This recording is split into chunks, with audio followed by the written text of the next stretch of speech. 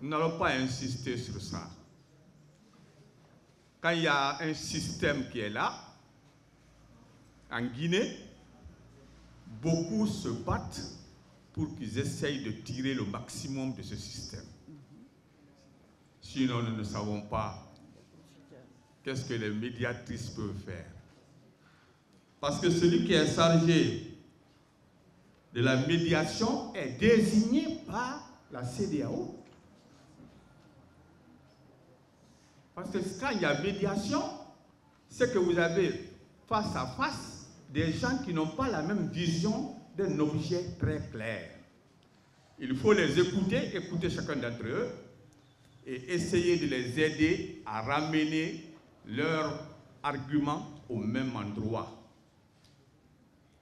Nous disons que nous lutterons le jour où il y aura un dialogue réel. Je suis sûr que ce sera le délégué de la CEDEAO qui viendra jouer au médiateur. Je vais demander, je le répète, il faut qu'on dise un peu, parce que nous sommes venus pour vous sensibiliser, pour que vous soyez des interprètes de l'UFR auprès de nos militants. Pour cela, nous voulons qu'on ne limite pas notre intervention au français seulement. On va essayer de traduire un peu dans nos langues. Nous savons tous en Guinée que si quelqu'un est nommé par un responsable à un certain niveau, ce n'est pas facile que ce dernier-là arrive à lui dire niet, non. Même s'il voit la vérité, jamais ne dira. Il restera toujours du côté de ce monsieur. Il fera toujours la politique de ce monsieur. En tout cas, tout ce qu'on va lui donner comme ordre, comme orientation, comme injection, c'est ce qui va, comment on appelle ça, c'est ce qui va prendre comme argent comptant.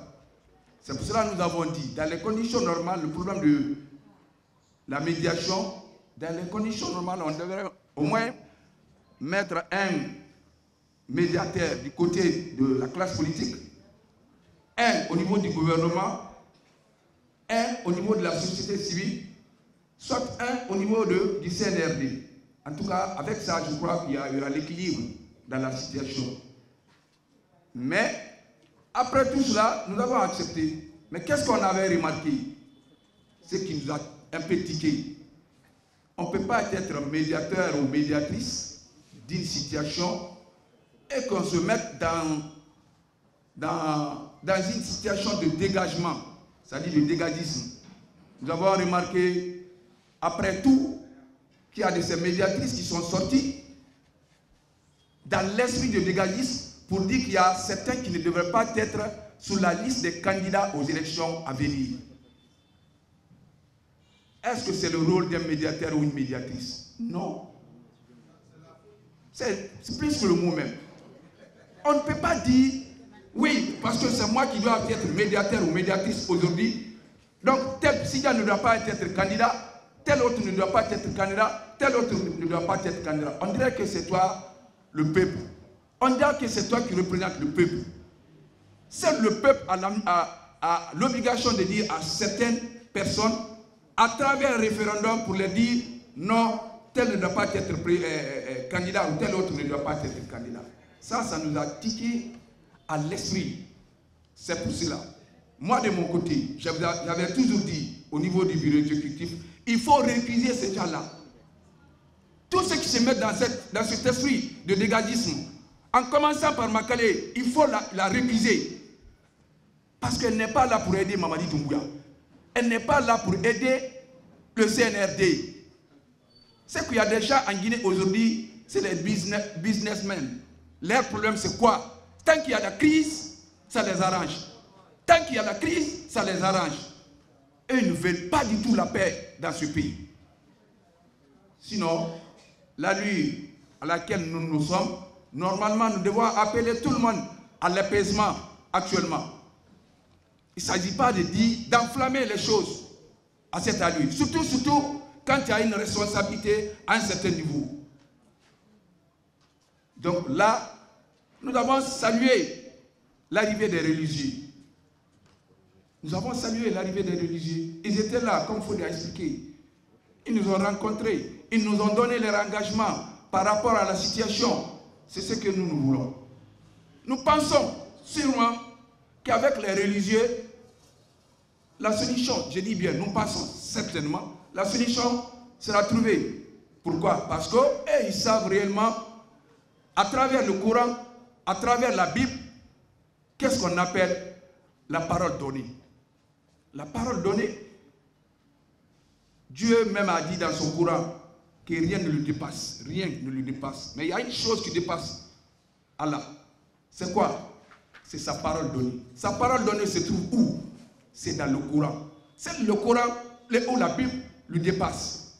Donc ce que nous disons aux autres, ce que nous prenons en compte comme engagement, il faudrait qu'on respecte, en commençant par Mamadi Doumbouya. À travers sa charte, il a pris un engagement. L'engagement est solennel. Quand vous prenez un engagement, c'est devant Dieu, c'est devant les anges. Il faut respecter. On est là en train de faire juger les gens sur le Coran et sur la Bible aujourd'hui. Pourquoi? Parce qu'on croit qu'avec ça, ce qu'ils prennent comme engagement à travers ça, ça sera respecté. C'est ce que nous souhaitons aujourd'hui. Je dis en commençant par le premier responsable du pays. L'engagement qu'il avait pris depuis le 5 du mois de septembre, il n'a qu'à respecter cet engagement. Sinon, l'engagement devant Dieu et devant les anges, ça va nous rattraper. Wallah, ça va nous rattraper. Donc, nous avons des positions. Ce n'est pas des positions tranchantes. Mais seulement en Guinée, c'est un problème de confiance. C'est ce qui s'oppose maintenant entre les forces vives, entre le CNRD et, comment je peux dire ça, le gouvernement. Parce que vous ne pouvez pas remarquer, aujourd'hui, nous sommes là en train de travailler, en train de dialoguer avec les religieux. Et le Premier ministre qui nous appelle pour nous dire, venez, vous allez travailler, vous allez dialoguer avec nous. Et c'est le même Premier ministre qui va pour le lancement de la vulgarisation du fameux dialogue. On ne comprend rien. Vous êtes là en train de nous dire, arrêtez, vous laissez les autres partir à l'intérieur du pays pour aller vulgariser. Vulgariser quoi? Quelque chose qui n'est pas consensuel.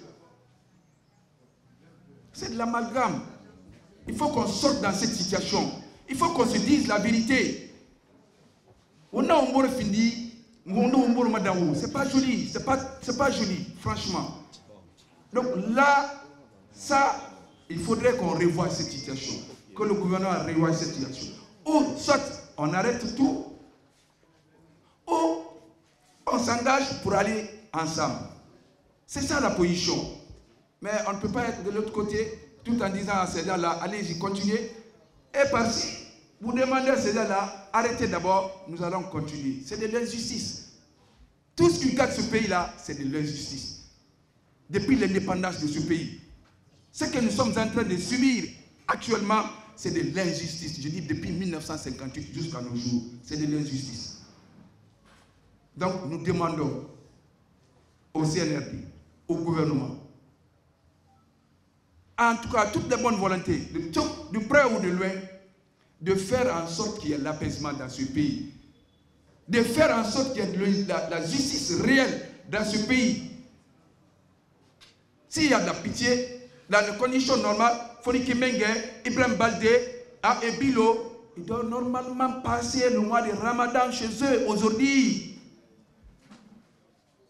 On demande le pardon à chaque moment. Si nous sommes dans une situation de pardon, nous sommes dans un mois de pardon, parce qu'actuellement, c'est le mois de Ramadan et le mois de Carême. Si on a de la pitié, Foniki Mengue, Ibrahim Diallo, Bilo, normalement, ils doivent passer le mois de Ramadan chez eux. Tout ça là, ça contribue à l'apaisement pour qu'aujourd'hui, qu'on sache qu'il y a une lueur d'espoir